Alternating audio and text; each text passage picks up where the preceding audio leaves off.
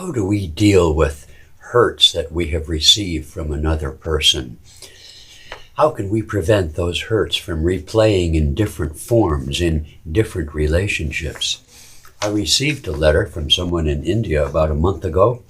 He said, I've read that when we have an experience of being deeply hurt by someone or some situation, we tend subconsciously to carry that hurt into other situations. Indeed. Is there some way to heal the hurt before it manifests in future situations? And how do we become more aware of the mechanism of hurt inside ourselves so we can be free? Are some people more vulnerable to being hurt than others? Indeed. How to reduce this vulnerability? What did Paramahansa Yogananda say? Well, those are some pretty deep questions. If we know we've been hurt, then we have a better chance of expunging the hurt from having other consequences in our lives and in our relationships. So let's start with that. If we've been hurt from someone, we think about forgiveness, but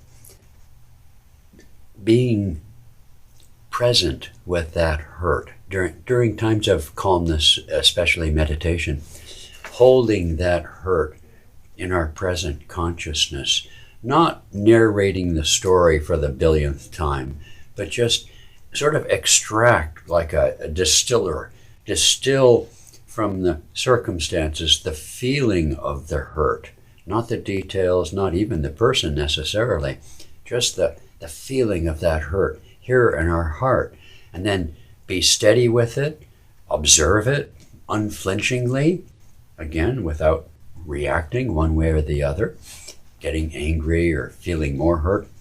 And then, when we can be steady with it, then to slowly offer it up to the point between the eyebrows on the altar of the infinite spirit, on the altar of the divine guru, on the altar of the Lord into the hands of the light. In this way we can, and it's not like you do this once and it's finished, of course. Deep hurts require some deep processing.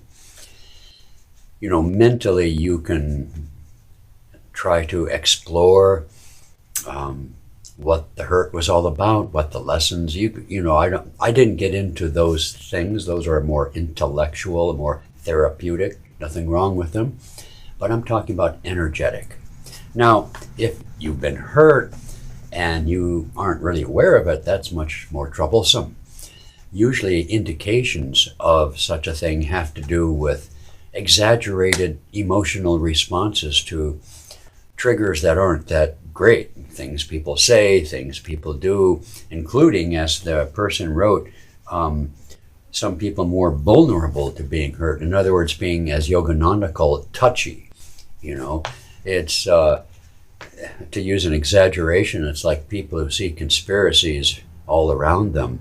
I think of people who, maybe because of aging or other mental challenges, who are paranoid.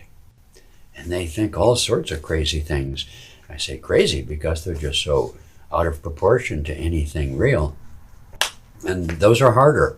But paranoia, exaggerated fear, exaggerated anger when something otherwise little takes place, those are all clues. Unfortunately, given the power of those responses, it's harder for people to be self-aware and mindful and even wanting to deal with it. Nonetheless, the spiritual path is defined as it is in the Yoga Sutras as Yogas Chitta Vritti Nirodha, meaning that the more we meditate, the more we offer our lives to God, the more we offer our lives in service to God through others and so forth, the more we live from within, the more we attune ourselves to the soul, then the less reactive we become.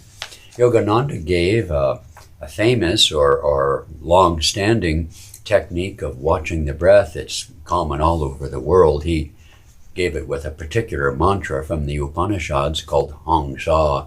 But in any case, watching the breath, which is universal, is an excellent technique for developing the habit of self-observation, of mindfulness even during the day, not just in meditation. And that kind of mindfulness is what's necessary when you don't know where these responses of yours are coming from, and possibly don't even know that they're exaggerated responses. That's where things like therapy, a friend, talking out troubles and so forth, those are all useful devices. But in the end, yagya, in the end, taking that which we have, those things that bind us to the ego and to the body, and offering them up to God in loving devotion, those are powerful practices. They don't supplant other needs like therapy and even medications in some cases, but those techniques are on the level of the soul, and the soul is eternal, all-powerful, all-knowing. And so these are very helpful.